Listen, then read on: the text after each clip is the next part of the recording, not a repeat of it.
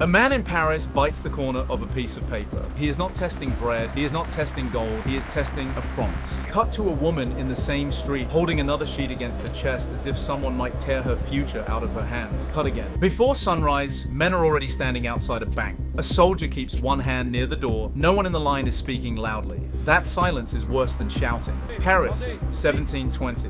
This was not hunger for bread, this was hunger for paper. The paper was tied to a place most of them would never see. Mississippi. They had never touched its soil. They had never seen its rivers. They had never counted the gold they imagined was waiting there, but they believed. And for one insane moment, belief was worth more than metal. The man behind it was not a king. He was not French. He was a man France should never have trusted. A Scottish gambler who killed a man in a duel was convicted of murder, sentenced to death, and escaped. His name was John Law, and he was about to show France that money can be made from paper until everyone asked for gold. Before John Law entered a palace, he learned his first truths at gambling tables. He did not only watch the cards, he watched the men holding them, the twitch before a bluff, the swallowed breath after a loss, the proud man who should walk away but cannot because leaving the table would feel like losing twice. Law understood something respectable men usually hide behind better language. People are not calm around money, they are vain, they are afraid, and they hate watching another man win. That lesson followed him from Scotland to London. Then came the duel. Edward Wilson was killed. Law was arrested, tried, convicted of murder, and sentenced to hang. That should have been the end of him. A gambler, a dead man, a rope waiting somewhere in England. But Law escaped. For years, he moved through Europe with a death sentence behind him. He studied banks, lotteries, debt, credit, and the strange obedience people give to numbers when those numbers are written by the right hand. He kept refining one idea. Money was not just metal. Money moved when confidence moved. And if confidence could be pushed, guided, tempted, frightened, then money could be made to run. By the time Law reached France, he was not entering as a man asking for forgiveness. He was entering as a man who had survived one judgment already. Now he wanted a kingdom to hear him out. France looked rich. That was part of the danger. Versailles still glittered. Nobles still performed power in silk and ceremony. The monarchy still knew how to look eternal. But after Louis XIV, the state underneath was exhausted. War had left debts that ceremony could not pay. Taxes pressed down on people who already had little left to give. The treasury needed movement, but the old system was heavy. Coin moved slowly. Debt lingered. Confidence had become stiff, like a body that had not yet admitted it was cold. Then Law stood before the regent, Philippe d'Orléans, a government that needed money, a gambler who needed permission. Law did not present himself as a criminal who escaped the rope. He presented himself as the only man in the room willing to say the old metal world was too slow for the crisis. France, he argued, did not need to wait for more silver to appear. It needed credit. It needed paper people would accept before they understood what acceptance meant. The regent did not need a philosophy lesson. He needed a door. Law offered one, and once a desperate government sees a door, it rarely asks who built the hinges. In 1716, Law received permission to create the Banque Générale. At first, it looked reasonable. A man could deposit coin and receive a banknote. The note was easier to carry, easier to trade, easier to send through the economy than heavy metal locked in private hands. The paper still pointed back to coin. That mattered, because ordinary people trusted money with their senses. A coin pressed into the palm. A coin rang on a counter. A coin could be hidden under a floorboard and found again years later. A banknote asked for another kind of faith. You had to believe that the words on the paper would still mean something when you came back with it. That is a quiet revolution. No sword, no battlefield, just a man taking metal from a hand and replacing it with a promise. For a while, the promise worked. The notes circulated, trade moved, confidence began to breathe again, and Law saw the lesson immediately. France could be trained, first to accept paper for coin, then to accept paper for a future. The second step would be much more dangerous because the future had a name. Mississippi. In 1717, Law took control of a company tied to French Louisiana. On paper, the business was trade, colonial rights, future revenue. In Paris, it became something more powerful: distance. Distance is perfect for speculation, close enough to own, too far away to verify. Louisiana could be drawn before it could be understood. Maps could flatter it, pamphlets could sweeten it. Rumor could add whatever the buyer already wanted: fertile land, minerals, tobacco, ships, empire. The colony did not need to be rich. It only needed to be far away. No one on Rue Quincampoix had to see Mississippi. They only had to fear that someone else believed in it first. And beneath the fantasy was a harder truth. The colonial machine was not made of romance. It meant forced labor, disease, violence, extraction, ships carrying desperate settlers and enslaved people into a brutal imperial experiment. But Paris did not buy that reality. Paris bought the poster. It bought the map. It bought the idea that somewhere across the ocean, the future was waiting to pay today's debts. That was the beauty of Mississippi as a story. By the time truth crossed the Atlantic, the shares could already be sold. Secured. Onward. More shares, quick! The shares began with a number people could still recognize. Then the number moved. At first, movement looked like proof. A man who doubted yesterday felt foolish today. A man who waited today felt hunted by tomorrow. This is the real ignition point of a bubble. Not stupidity, comparison. Someone you know gains money without working harder than you. Someone below you rises without asking permission. Someone you mocked yesterday now has the thing you wanted. Then the investment is no longer just an investment. It becomes a judgment on your courage. By late 1719, Mississippi shares had climbed to heights that would have sounded absurd months earlier. But absurdity did not stop the buyers. It sharpened them. A calm man might ask, is this real? A late man asks, how much time do I have? And late people are dangerous buyers. They do not buy with judgment. They buy as if shame is chasing them. Once a man buys because he is ashamed to be late, he no longer needs evidence. He needs a crowd. Rue Quincampoix gave him one.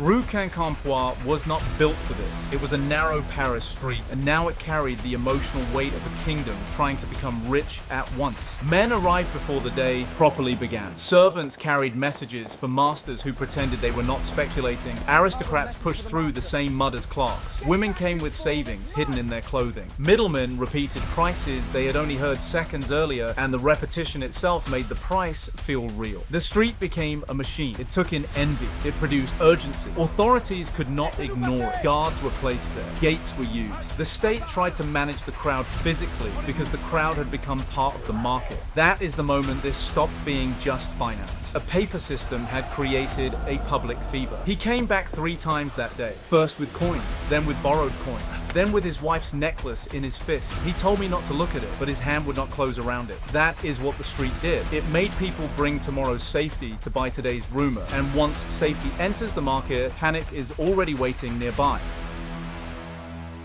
One morning, a young clerk sits behind a desk near the frenzy. His job is simple: copy names, copy prices, copy promises. He writes down fortunes that belong to other men. All morning, he watches hands pass over paper. A widow sells, a nobleman buys, a merchant argues, a servant arrives carrying instructions from a master who is too proud to stand in the street himself. The clerk keeps writing, but every name he copies becomes an accusation. Why them? Why not him? By noon, he has heard enough. He reaches under the desk for the small coins he has saved.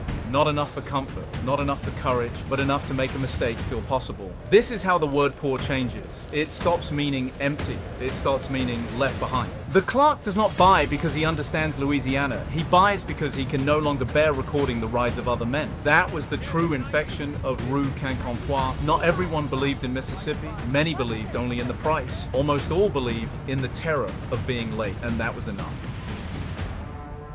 While the street boiled, Law's machine moved deeper into France. This was the part that made the system so dangerous. It was not only a company selling a dream across the ocean, it was not only a bank issuing notes. It was becoming a passageway through which more and more of the kingdom's financial life had to pass. A man carrying state debt could be pulled toward Law's shares. A merchant could accept Law's notes because refusing them meant standing outside the new current. A courtier could laugh at the frenzy over dinner, then send a servant into the street before morning. Law did not need every Frenchman to understand the machine. He only needed enough of them to depend on it. Debt touched it. Street envy touched it. Everything else slipped in through the respectable doors. Taxes, colonial privilege, court ambition, official approval. By then, the system was no longer sitting beside the state. It was under the state's skin. That is the nightmare of financial engineering when it becomes political power. You cannot cut it out cleanly. Too many respectable people have already put their fingers in it. Too many officials officials have defended it. Too many investors have built new versions of themselves on top of it. So the system keeps growing. Not because it is safe, but because admitting the danger would hurt everyone at once. And that left France with one problem no decree could erase. The machine was full of paper, but the public still dreamed in gold. The first men to leave a bubble rarely shout, they smile, they praise the system in public, then they quietly ask for metal. They had bought early, they had watched the price rise. Now they wanted to turn the miracle into something older than trust. Gold, silver, coin, something that did not need a speech. That was the crack. The system could survive enthusiasm, it could survive rumors, it could survive envy. What it could not survive was too many winners trying to become real at the same time. A banknote can fill a street, gold can empty a bank. And once people saw others asking for coin, the question changed. It was no longer, how high can this go? It became, can I get out before him? That question is fatal. Markets can rise as crowds, but they fall as individuals. Everyone looks for the door alone. And in 1720, the door began to narrow. If you want history told like this, not as dates, but as power, panic, and human weakness, subscribe to Zero to Now, because the collapse is just beginning.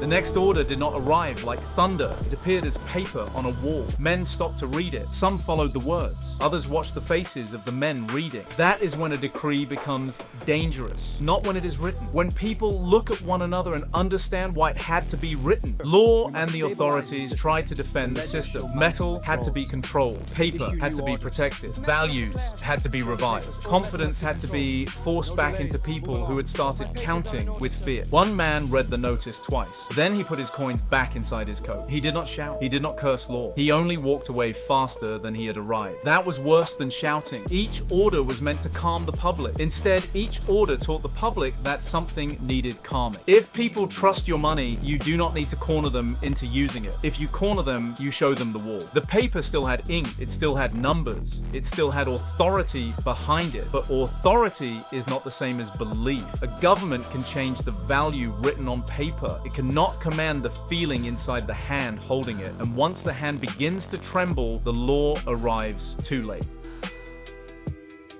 The line outside the bank started before sunrise. That is how confidence dies. First as a rumor, then as a precaution, then as a cue. A man who only wanted to be careful turns around. There are 50 careful men behind him. Now caution has company. Now caution becomes panic. The numbers fell. The official promises changed. People who had measured themselves by paper wealth began measuring the distance to the door. The ones who arrived late felt the truth first. That is the cruelty of every bubble. Early buyers call it opportunity.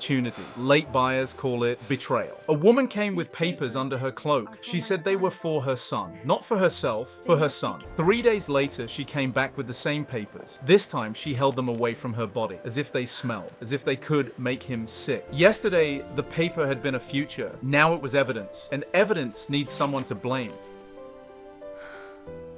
John Law had been called a genius when the numbers rose. That is how speculation protects itself. Profit feels like intelligence. Loss feels like betrayal. Law became the betrayal. The crowd that had chased his paper now wanted his name punished. The state that had used his system now needed distance from his failure. The same machine that lifted him made him impossible to protect. But the ugliest truth is that Law was not simply a fool, and he was not simply a cartoon villain. That would be easier. He had seen something real. Credit could move an economy. Paper could circulate faster than coin. Confidence did matter. The modern world would prove many of his instincts right. But he forced those instincts through a country too desperate to question the promise while it rose and too frightened to defend it when it fell. He had built a system where debt became shares, shares became status, status became panic, and panic finally asked for metal. The answer was not there, not enough of it, not when everyone wanted it at once. And that is when the gambler had to leave the table.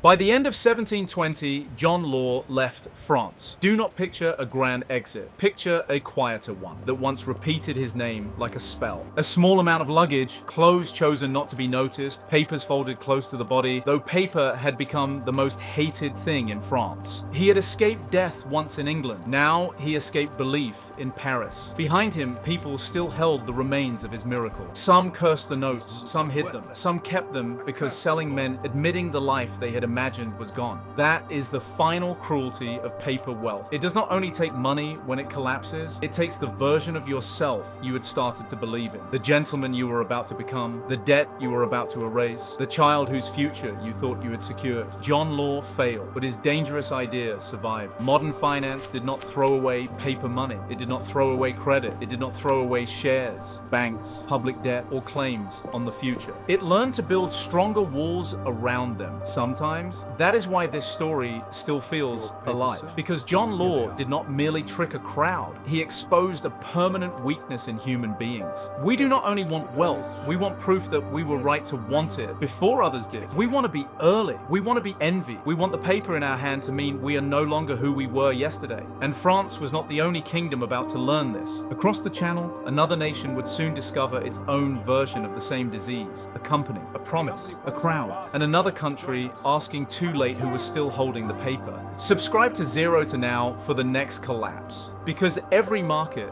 no matter how modern, no matter how regulated, no matter how elegant its language becomes, is haunted by one brutal question. When the music stops, who is still holding the paper